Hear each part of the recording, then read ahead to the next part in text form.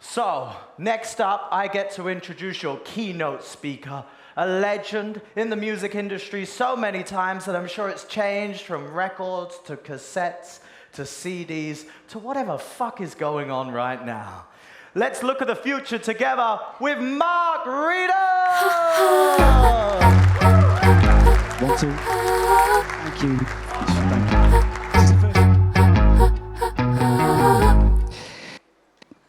My first steps into the world of entertainment was when I was a 7-year-old child in Manchester. I appeared on British television, and I became obsessed by music as a child. I loved the sound of strings and fuzzy guitars. Every morning, I would ogle at the guitar on the cornflakes packet. And I dreamed of owning a guitar, but you need to collect 250 box tops to get a guitar, and I ate a lot of cornflakes. Yeah. My parents weren't rich, and I needed money to buy records, and so I ran errands to do jobs to earn money so I could buy records. As a teenager, I went to gigs, and I wanted to play in a group, but I needed a guitar. And so I worked in a record shop, and I discovered electronic music and punk. And my obsession became my life. In 1978, I came to Berlin just to buy some krautrock records, and I never left. I discovered a place like no other. I wanted thrills, danger, excitement, and the music to go along with it. And Berlin had it all. You didn't need much to survive here. Everything was subsidized. Rents were cheap, and there were lots of spaces. But somehow, I still had to make a living to be able to do the things that I wanted to do, which was to make music. Now, being in Berlin, I was asked to promote my mate's band in Manchester, and so I became their promoter for a band called Joy Division. No one was interested in this band and their music. Not least at the beginning, they weren't anyway. But I learned something from that experience too. And eventually, I formed my own band and became part of the 80s avant-garde music scene here in Berlin. And I stepped into the entertainment business, and that became my job. But there weren't so many venues to play in Walding, West Berlin of the 1980s. So I still had to do other things to make ends meet. I was invited to manage an all-girl band called Malaria, and I became their sound engineer. I had no experience of being a sound engineer, I'd never done it before. I had no experience of being a manager, I'd never done that before. But I learnt, and it paid the rent. I wanted to make records and travel to the East. So I worked as a bouncer in a club called The Loft, up Nollendorfplatz. And it paid for studio time. And in 1983, I became the sound engineer for a West German punk band called Die Toten Hosen. In between tours, I was asked by British television to make TV programs about our avant-garde music scene of West Berlin. But I thought, it's not only about West Berlin, it's about both sides of the wall. I made friends in the Communist East and helped them to put on the first illegal punk concerts in batteries went out. Prague and Budapest. And I did it because I wanted to make my Eastie friends happy, to feel forgotten. And I certainly didn't do that for money. Stasi became, and they classed me as subversive decadent. And to monitor me and my subversive activities, they offered me a job. In the last months of 1989, they invited me to produce an album for an East Berlin new wave band in East Germany, in East Berlin, just as East Germany is starting to fall apart. Unknown to us all, we were making the last album of East Germany. In 1990, I started my own record label, MFS, Masterminded for Success. MFS means Ministerium für Staatssicherheit. I like the three letters. I wanted to change the meaning of the three letters and turn it into something positive. And so I called it Masterminded for Success. I'd never been a record label manager before, never done that in my life before. I'd never even worked at a record label. I had no experience, but I just did it the way I thought it should be done. We were at the cusp of a new musical era, a revolutionary new sound called techno. No one had anything to go off. It was new. And clubbing was in its infancy. And I wish I had a phone that bloody worked. Yeah. Went along. Yeah. We had no template to run this like we have today. We have a template. You can see how like places like this have existed. But it became quite a lucrative business for Berlin. And my label was successful and my artists were successful. But it became an office job. Now, I'm not a person who works in an office. I'm definitely not that kind of guy, right? I wasn't happy with writing contracts and negotiating deals. I knew it was part of the job, but it wasn't what I wanted to do. So at 50, I decided I'd pack it in and just go back into the studio to make music, because I missed creating music. And it was my choice to return to the studio and become a music producer. And once again, my life was thrown into uncertainty. Can I make a living from making music? I realized I could if I didn't set the bar too high. And I think we're all faced with this question, especially if we don't have someone to financially support us. Thankfully, in Berlin, we can apply for funding and support, but it's not like that in other countries. So how can we navigate this obstacle? Certainly, my original thoughts for this talk have suddenly taken on a completely different turn following the election results in America. And uncertainty has now become written in very big block capital letters. My topic of how can we safeguard our music creator economy suddenly looked even more serious. Cultural budgets cuts affect us all and all aspects of our entertainment industry. So what does that mean to us? Why are we creators? We're always willing to compromise and accept the minimum.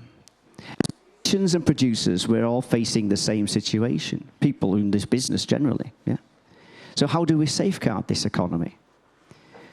An economy which is already dishing out pennies for our creativity.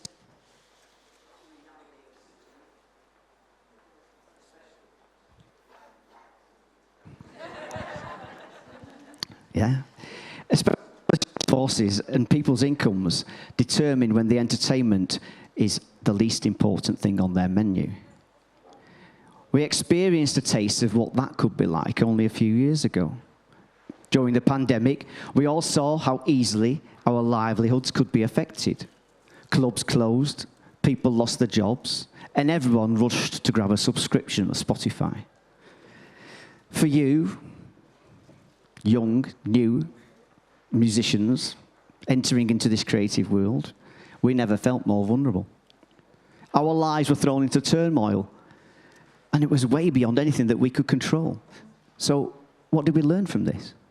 We learned that in times of adversity, culture becomes very important. Imagine being locked down with no music or film. We also learned that there's no job security in the entertainment business. When clubs and venues close, there is nowhere to play. If we stream our music, we don't get paid. I also hope that we also learned that nothing lasts forever, because somehow I knew that already too. I'm old enough to have experienced musical trends of the 60s, and most of those only lasted a few years before they were replaced by something else. It was always exciting to see how a new musical trend defined a generation through its music, fashion, and ideology.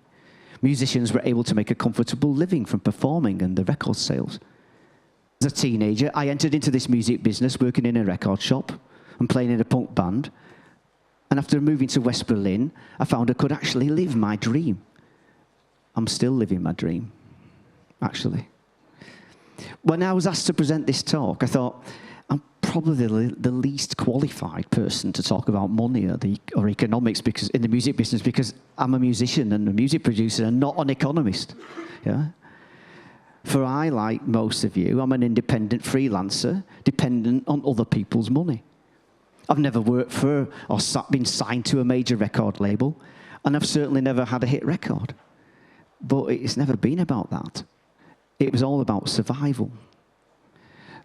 So one question we have to ask ourselves is, why are you doing this? Why do you want to enter into this business? What do you wish to achieve? What are your dreams and your expectations? And are you prepared for the struggle ahead? Are you willing to take risks? I was. I've managed to make a living out of making music and being in the entertainment business, and that is all I ever wanted. But even I have been affected by the lack of money in music, and I've been forced to adapt. So being an independent in the music business is not easy, and it never was, and no one ever said it would be. But at least today, you have plenty of references that you can draw upon and learn from, and you have to learn from the warnings of history. When you make that decision to be self-employed, it's always a step into the unknown. It's a thrilling unknown, fraught with challenges. It's a bit like the mythical story of Jason and the Argonauts searching for the golden fleece. The skeletons are like the problems you have to face and fight to get to the golden fleece. But it was the life that I chose for myself, and I wanted to be the master of my own destiny, to live my life and live my dream how I wanted. And I didn't dream that big. I'm not too much of a realist. My dream was just to be able to make a living and from making music, and so that I could stay here in Berlin. Everything else was a bonus. It hasn't always worked out exactly to plan whenever it was necessary. Sometimes you have to do other things to pay the rent, because it doesn't mean to say you failed, because it's not failure. It becomes part of your struggle, and it becomes part of the story. So use that to motivate. It's a bit like the clicking on the accept all cookies button on the web. With this choice, you enter into a lot of other things that you don't exactly. Insecurity.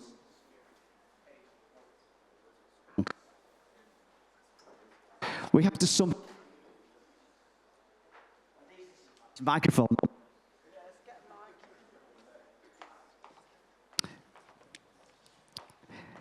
To be able to navigate through all the obstacles that are thrown at you, that is what I consider success. Because success doesn't come on a silver plate. You still have to work for it. You still have to be creative. It appears that everyone I talk to in the music industry is having problems and suffering some kind of major upheavals. Because even in the major record label arena, budgets are being cut and people are being made redundant. So you can't expect really anything from them.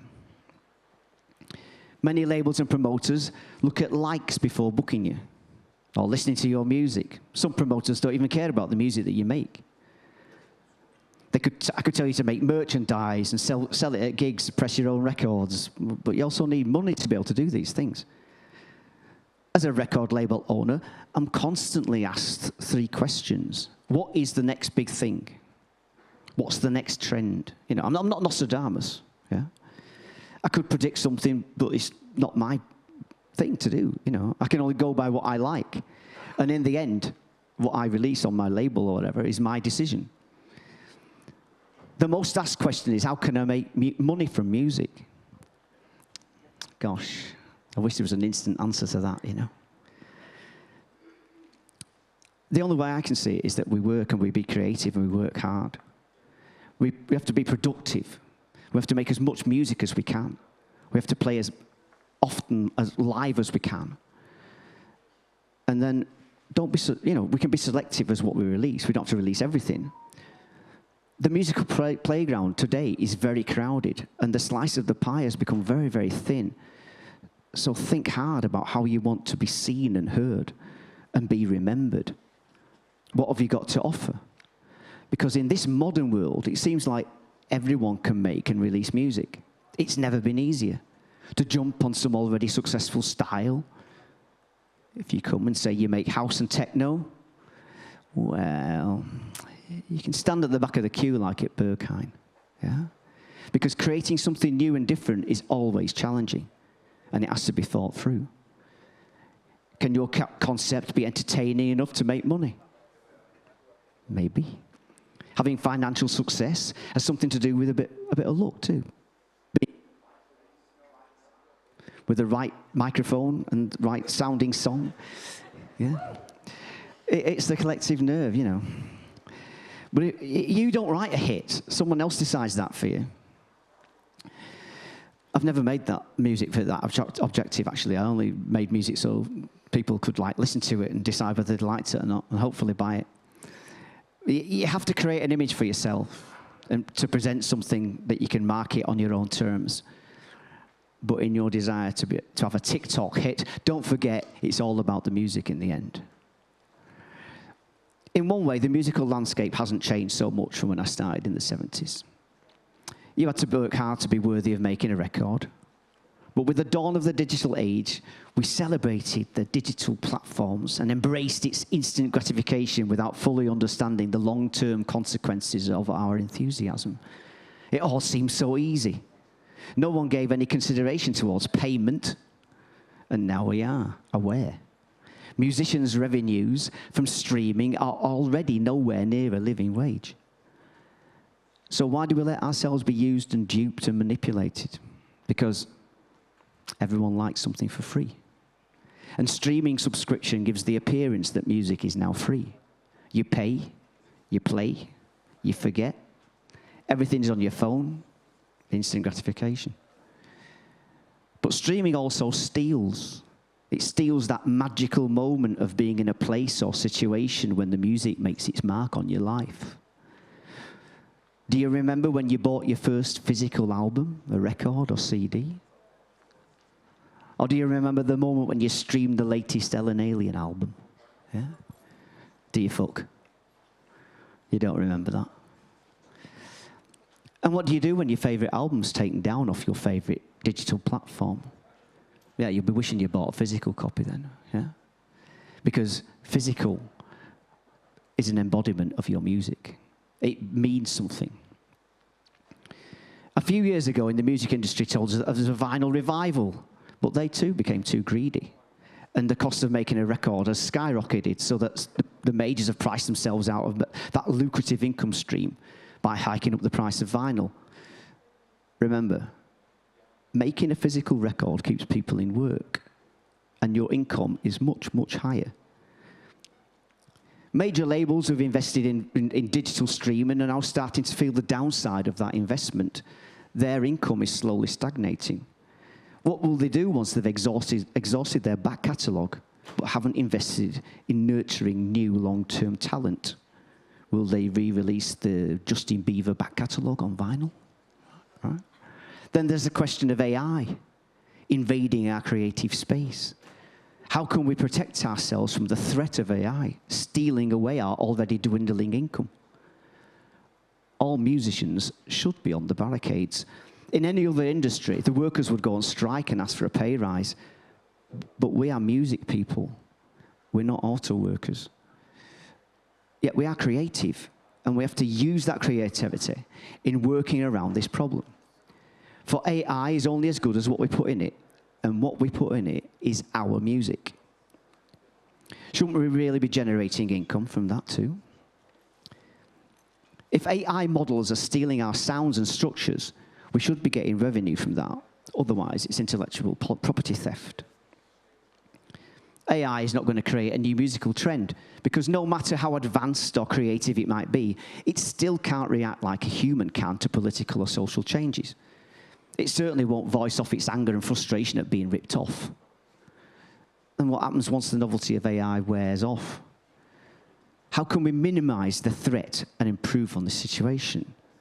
We have to use the AI as our creative process, as a tool. Maybe one of you has a different solution. All suggestions are welcome. Yeah. And of course, when it comes to protecting our music income, we have to address streaming. According to the IFPI, almost 670 million people were using paid music streaming subscription by the end of 2023. And streaming revenues are now considerably higher than digital download sales ever were, really. Yeah, right. So that's what I read from the IFPI. On the digital income generated in 2023, 32% of digital streaming generated $19.3 billion. $19.3 billion. 32% went to YouTube and TikTok. Radio income was a mere 17%. It all sounds impressive. But what does that all mean to you? Is it reflected in your bank statement? No, is it full? Because it seems that all the wrong people are making all the money. It costs them almost nothing to do it, because in our desire to be heard, we are willingly giving them our music.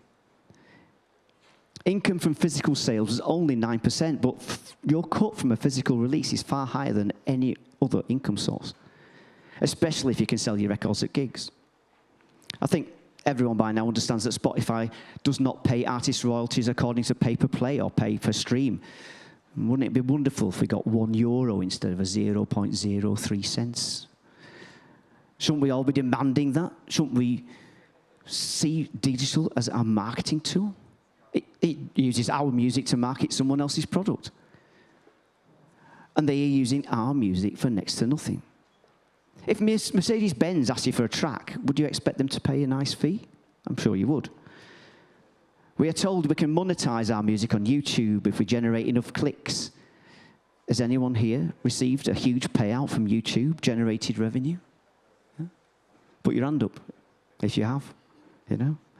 Over the past few years, copyright societies like The Gamer have realized this is a problem and are trying to create ways of retrieving lost income, because your lost income is their lost income. And this is where AI can be beneficial to us through monitoring where our music is played. It sounds like a step in the right direction, and there's people here who are going to talk about this later, about how The Gamer have an influence. However, we have to face the reality that streaming is the way that most people listen to music today, and it is probably will be in the future. Collectively, we all need to demand a change in the royalty payment structure of streaming and platforms like YouTube. Even digital distributors demand and take a huge portion of your already minimal income. But if you're not on a streaming platform, how do you reach a wider audience? It's a double-edged sword. As musicians, what leverage do we have? We're not in the league of Taylor Swift or the Beatles and Bruce Springsteen, where we can demand personal changes to our streaming income. So what will you decide to make money from your music? As a teenager, I worked some horrible jobs just to get money to live my dream, and I always had to work around that obstacle to make a living. You might have to create music that simply pays the rent, but isn't that all what it's about at the end? Making music to make a living from your music? Because to me, it is all about the music. To some degree, you can predict the future, but you have to create that future for yourself. And that is entirely in your hands. Because we have something that they all need, and that is music. Because without our music, Spotify wouldn't exist.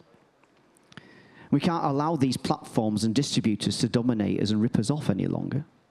We need somehow to create a fair-paying alternative.